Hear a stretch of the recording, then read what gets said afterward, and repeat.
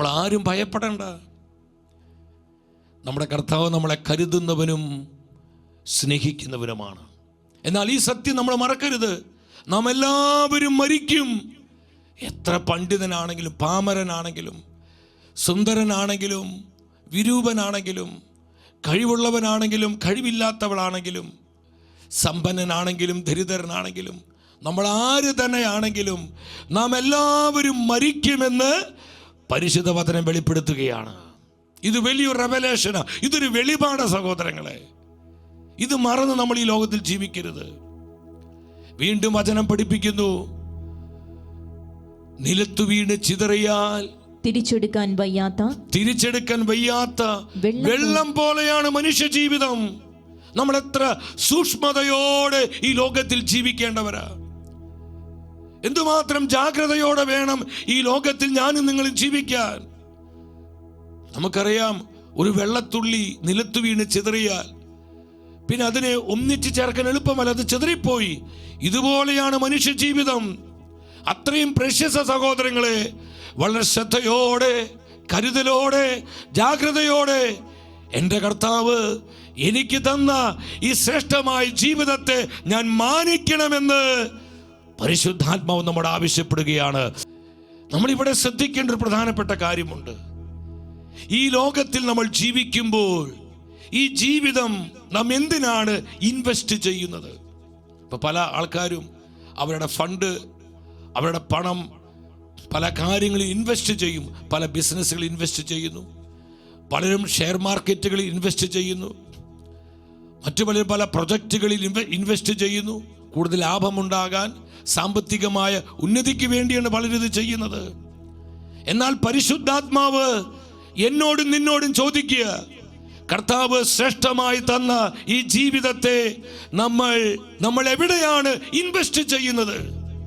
എന്തിനു വേണ്ടിയാണ് ഈ ജീവിതത്തെ നമ്മൾ പ്രയോജനപ്പെടുത്തുന്നത്?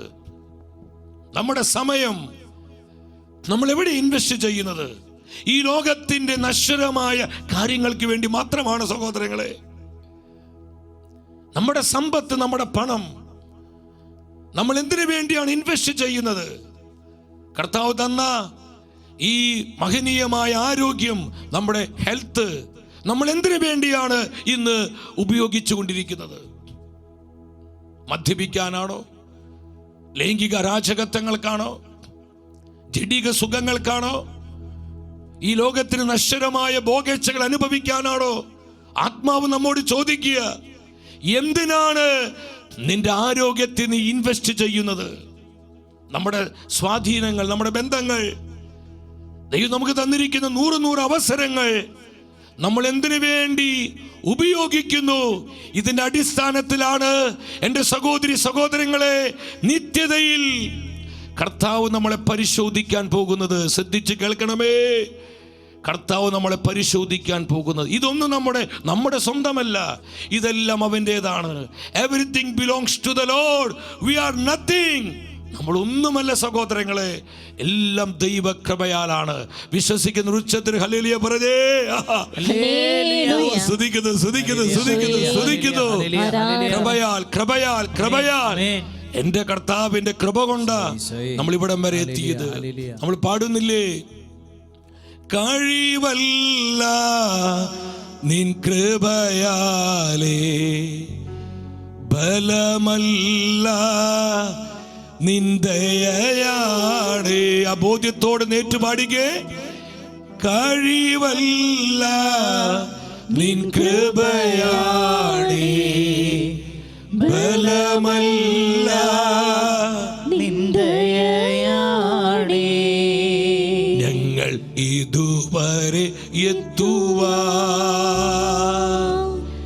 നീ മാത്രമെന്നേശുവേ. നമ്മൾ ഇവിടെ വരെ എത്തിയത് നമ്മുടെ ആരോഗ്യത്തിന്റെ ബലം കൊണ്ടല്ല, നമ്മുടെ സമ്പത്തിന്റെ ബലം കൊണ്ടല്ല, നമ്മുടെ ബുദ്ധിയുടെ ബലം കൊണ്ടല്ല, നമ്മുടെ വിദ്യാഭ്യാസത്തിന്റെ ബലം കൊണ്ടല്ല, നമ്മുടെ സ്വാധീന ബലം കൊണ്ടല്ല.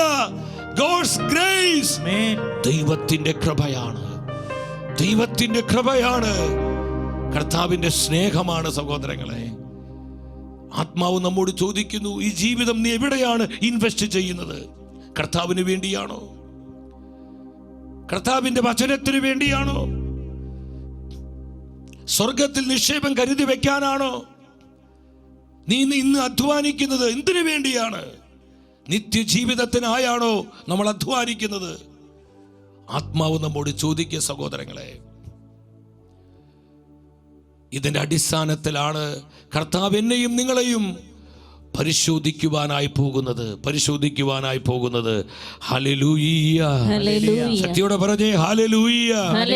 ഞാൻ പലപ്പോഴും ചിന്തിക്കാറുണ്ട്, നിത്യതയിൽ കർത്താവിന്റെ മഹത്വത്തിന്റെ മുൻപിൽ നമ്മൾ നിൽക്കുമ്പോൾ നമ്മൾ ഈ ലോകത്തിൽ വിലപ്പെട്ടതായി കണ്ട അനേകം കാര്യങ്ങൾ നമുക്ക് വിലയില്ലാത്തതായി തോന്നും. എപ്പോൾ? ആ മഹത്വത്തിന്റെ മുൻപിൽ നമ്മൾ നിൽക്കുമ്പോൾ. നമ്മൾ വളരെ വിലപ്പെട്ടതായി കണ്ട ചില സംഭവങ്ങള്, ചില വസ്തുക്കള്, ചില സുഖങ്ങള്, ചില സന്തോഷങ്ങള്, ചില ബന്ധങ്ങള്, അതെല്ലാം ഇതൊക്കെ ഇത്രയും ഇത് അഴുക്കായിരുന്നു, ഇത്രയും വിലയില്ലാത്തതായിരുന്നു, ഇത് വെറും എച്ചിലായിരുന്നല്ലോ. നമുക്ക് എപ്പോഴാ ബോധ്യപ്പെടുന്നത്? കർത്താവിൻ്റെ ആ ഗ്ലോറിയുടെ മുൻപിൽ. ഒന്ന് ചിന്തിച്ചു നോക്കി നിങ്ങൾ. കർത്താവിൻ്റെ മഹത്വത്തിന് മുൻപിൽ നിൽക്കുമ്പോഴാണ് നമുക്കത് ബോധ്യപ്പെടുന്നത്. വെളിപാട് പുസ്തകത്തിലോട്ട് നിങ്ങൾ വരിക, 4-ാം അധ്യായം 10-ാമത്തെ വചനം ഒന്ന് ഉണർവോടെ വായിച്ച്. ആ 24 ശ്രേഷ്ഠന്മാർ സിംഹാസനസ്ഥന്റെ മുൻപിൽ വീണ്, സിംഹാസനസ്ഥനായ കർത്താവിന്റെ മുൻപിൽ വീണ് നിത്യം ജീവിക്കുന്നവനെ സാഷ്ടാംഗം പ്രണമിച്ചു. കർത്താവിന്റെ മഹത്വം കണ്ടപ്പോൾ അവർ ശ്രേഷ്ഠന്മാരാണ്, സാധാരണക്കാരല്ല, ശ്രേഷ്ഠന്മാരാണ്. അവരുടെ ശിരസിലെല്ലാം കിരീടങ്ങൾ ഉണ്ടായിരുന്നു. കർത്താവിന്റെ മഹത്വം ദർശിച്ചപ്പോൾ അവർക്ക് മനസ്സിലായി, ഈ കിരീടങ്ങളൊന്നുമല്ല ഞങ്ങളുടെ സ്വാധീനങ്ങൾ, ഞങ്ങൾ സമ്പാദിച്ച സമ്പാദ്യങ്ങൾ, ഒന്നുമല്ല. അവർ തങ്ങളുടെ കിരീടങ്ങൾ എന്തു ചെയ്തു? സിംഹാസനത്തിന് മുൻപിൽ സമർപ്പിച്ചുകൊണ്ട് ഇങ്ങനെ പറയുകയും ചെയ്തിരുന്നു. അവരിങ്ങനെ പറയുകയാണ്, ആയിരുന്നവനും ആയിരിക്കുന്നവനും വരാനിരിക്കുന്നവനും സർവശക്തനുമായ കർത്താവ് പരിശുദ്ധൻ, പരിശുദ്ധൻ, പരിശുദ്ധൻ, പരിശുദ്ധൻ, പരിശുദ്ധൻ, പരിശുദ്ധൻ, പരിശുദ്ധൻ, പരിശുദ്ധൻ, പരിശുദ്ധൻ. അവരിങ്ങനെ പാടി സ്തുതിക്കുകയാണ്. എപ്പോഴാണ് ഈ തിരിച്ചറിവുണ്ടായത്? കർത്താവിൻ്റെ ഗ്ലോറിയസ് പ്രസൻസ്, മഹത്വപൂർണമായ സാന്നിധ്യം കണ്ടപ്പോൾ. ഒരു ദിവസം നമുക്കും തോന്നും, ഞാൻ വളരെ ശ്രേഷ്ഠമായി കരുതിയ എൻ്റെ ബന്ധങ്ങള്, എൻ്റെ കൂട്ടുകെട്ടുകള്, എൻ്റെ ചില ഉല്ലാസങ്ങള്, എൻ്റെ ആർഭാടങ്ങള്, എൻ്റെ സുഖങ്ങള്, എൻ്റെ താല്പര്യങ്ങള്, എൻ്റെ സന്തോഷങ്ങള്, എൻ്റെ കർത്താവേ, ഇതെല്ലാം ഇത്രയും വിലയില്ലാത്തതാണോ? ഇത്രയും വേസ്റ്റായിരുന്നോ? പിന്നെ അനുദപിക്കാൻ സമയമുണ്ടോ? പിന്നെ മാനസാന്തരപ്പെടാൻ നമുക്ക് സാധിക്കുമോ? പിന്നെ ഇതൊക്കെ തിരിച്ചു പിടിക്കാൻ നമുക്ക് സാധിക്കുമോ? ഒരിക്കലുമില്ല സഹോദരങ്ങളെ. അതുകൊണ്ട് ആത്മാവ് നമ്മോട് പറഞ്ഞത്, ഈ ലോകത്തിൽ നമ്മൾ ജീവിക്കുമ്പോൾ കർത്താവ് ദാനമായി തന്ന ഈ ജീവിതത്തെ നമ്മൾ ശ്രേഷ്ഠമായി കാണണം. വളരെ ജാഗ്രതയോടെ നമ്മുടെ ജീവിതം നയിക്കുവാൻ നമ്മൾ ശ്രദ്ധിക്കണം. അതിൽ സൂക്ഷ്മതയുള്ളവരാകണം. ഈ ലോക ജീവിതത്തിന്റെ നശ്വരത നമ്മൾ മനസ്സിലാക്കുക സഹോദരങ്ങളെ. എന്താ പരിശുദ്ധ വചനം പറയുന്നത്? 146-ാം സങ്കീർത്തനം 4-ാം വചനത്തിൽ തിരുവചനം പഠിപ്പിക്കുകയാണ്, അവൻ മണ്ണിലേക്ക് മടങ്ങുന്നു, അന്ന് അവന്റെ പദ്ധതികൾ മണ്ണടിയുന്നു. ഇത്രയുള്ള സഹോദരങ്ങളെ, അവൻ മണ്ണിലേക്ക് മടങ്ങുന്നു. അതോടുകൂടി നമ്മുടെ എല്ലാ ആസൂത്രണങ്ങളും, നമ്മുടെ എല്ലാ പ്ലാനിങ്ങും, നമ്മുടെ എല്ലാ സ്വപ്നങ്ങളും, നമ്മുടെ എല്ലാ പദ്ധതികളും മണ്ണടിഞ്ഞു പോകുന്നു. എൻ്റെ സഹോദര സഹോദരി, ഈ ലോക ജീവിതത്തിന്റെ നശ്വരത ഞാനും നീ മനസ്സിലാക്കുക.